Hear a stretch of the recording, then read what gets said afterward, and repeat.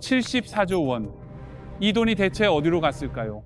작년 상반기에만 은행에서 빠져나간 돈이에요. 9개 은행에서. 그런데 더 무서운 게 있어요. 한국은행이 긴급 체계에 돌입했어요. 2026년 1월 2일부터요. 근데 왜 하필 지금일까요? 혹시 IMF가 또 오는 걸까요? 아니면 뱅크런이 시작되는 걸까요? 오늘 세 가지를 알려드릴게요. 첫째, 왜 이런 일이 벌어지는지. 둘째, 진짜 위험한 신호는 뭔지. 셋째, 여러분 돈은 어떻게 지키는지. 끝까지 보시면 6개월치 경제 뉴스를 압축해서 아실 수 있어요. 구독과 좋아요 부탁드려요. 먼저 긴급 여신 지원 체계가 뭔지 설명드릴게요. 쉽게 말하면 이래요. 은행에 갑자기 돈이 부족해지면 한국은행이 빌려주겠다는 거예요. 근데 왜 이런 게 필요할까요? 2023년에 미국에서 무슨 일이 있었는지 기억나세요?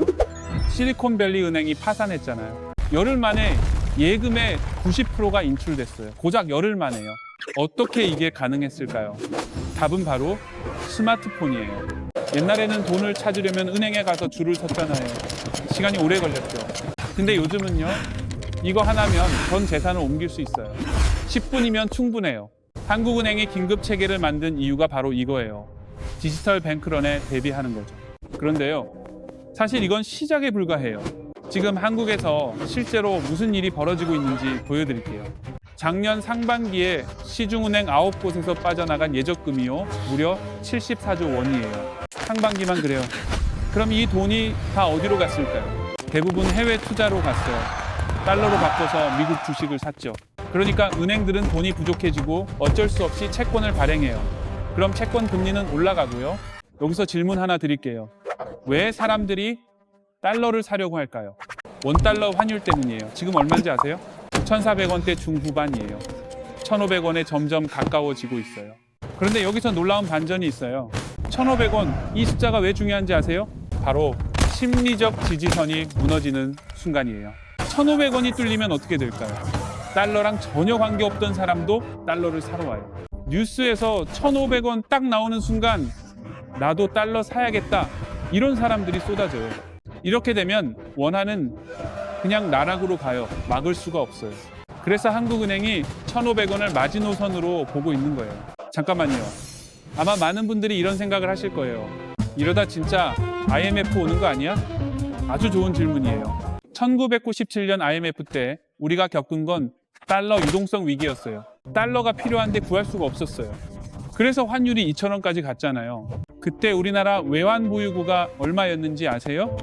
겨우 500억 달러였어요. 근데 지금은요, 4,280억 달러예요. 무려 8배가 넘어요. 그러니까 1997년 같은 IMF는 안 와요. 체력 자체가 달라요. 하지만요, 진짜 문제는 지금부터예요. IMF는 안 와도 우리 경제에는 세 개의 뇌관이 있어요. 이게 터지면 끝이에요. 첫 번째 뇌관부터 볼게요.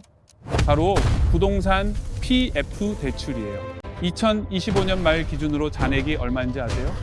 무려 135조 원이에요. PF 대출이 뭐냐면요, 담보 없이 사업 계획서만 보고 빌려준 돈이에요.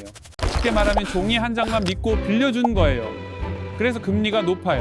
근데 지금 부동산 경기가 어때요? 미분양이 계속 쌓이고 있잖아요. 여기서 금리가 올라가면요, 이 135조가 한 번에 터져요. 그런데요, 더 무서운 게 있어요. 두 번째 뇌관이에요. 바로 자영업자 대출이에요. 총액이 얼마인지 아세요? 1,069조 원이에요. 1,000조가 넘어요. 이 숫자 꼭 기억해 두세요. 나중에 다시 나와요. 문제는 속을 들여다보면 더 심각해요. 저소득 자영업자들, 연체율이 계속 증가하고 있어요. 거기다 고령층 자영업자들은 다중채무에 시달리고 있어요. 이게 다 얽혀 있어요. 정부가 정책 지원을 했는데도요, 대출이 전혀 줄지 않고 있어요. 여기에 금리 인상이 들어오면요, 완전 직격탄이에요. 아직 끝이 아니에요. 세 번째가 남았어요. 세 번째 뇌관이에요. 바로 2026년 주담대 금리 변경이에요. 규모가 50조 원이에요. 135조, 1069조에 비하면 적어 보이죠? 근데요, 이게 사실 가장 무서워요. 왜냐고요? 2021년을 기억하세요? 그때가 코로나 시기였잖아요. 그때 금리가 얼마였는지 아세요? 0.5%였어요. 집값은 하늘 높은 줄 모르고 올랐어요. 그래서 많은 분들이 대출을 받았죠. 지금 아니면 집을 영영 못 산다. 다들 이런 생각으로 샀어요. 그때 받은 대출 대부분 5년 고정 금리였어요. 이자가 1.5%에서 2% 정도였죠. 그럼 5년이 지나면 어떻게 될까요? 2021년에 5년 더하면요. 2026년이에요. 바로 올해예요. 쉽게 설명해 드릴게요. 한 가정을 예로 들어볼게요. 이 가정은 2021년에 집을 샀어요. 대출이자로 월 100만 원을 냈어요. 5년 동안 열심히 갚았어요. 그때는 부담이 없었죠. 근데 올해 금리가 바뀌어요. 2%였던 게 5%가 돼요. 그러면 갑자기 월 100만 원이 250만 원이 돼요. 하루아침에요. 150만 원이 더 나가는 거예요. 이런 가정이 50조 원어치나 돼요. 숨이 막히지 않으세요? 자, 한번 정리해 볼게요. 세 가지 뇌관이에요. 부동산 PF 135조, 자영업자 대출 1069조, 주담대 금리 변경 50조. 다 합치면 얼마일까요? 무려 1254조 원이에요. 이 상황에서 한국은행이 할 수 있는 게 뭘까요? 원화 가치를 지키려면 금리를 올려야 해요. 근데 금리를 올리면요, 이 세 개의 뇌관이 다 터져요. 완전히 진퇴양난이에요. 그래서 한국은행 이창용 총재가 이례적인 발언을 했어요. 국민연금한테 해외 투자 좀 자제하라고요. 이건 원래 해서는 안 되는 발언이에요. 왜냐고요? 시장 개입으로 비춰질 수 있거든요. 근데 그걸 했어요. 얼마나 다급했으면 그랬겠어요. 작년 11월에 한국은행 통화정책 방향문에서 금리 인하 기조라는 말이 삭제됐어요. 이게 무슨 뜻이냐면요. 더 이상 금리를 못 내린다는 거예요. 어쩌면 금리를 올려야 할 수도 있다는 신호예요. 자, 여기까지 12분을 투자하셨어요. 이제 3분만 더 보시면 핵심을 전부 아실 수 있어요. 그러면 우리는 어떻게 해야 할까요? 지금부터 세 가지 지표를 알려드릴게요. 이 지표만 보시면 위기가 오는지 안 오는지 바로 알 수 있어요.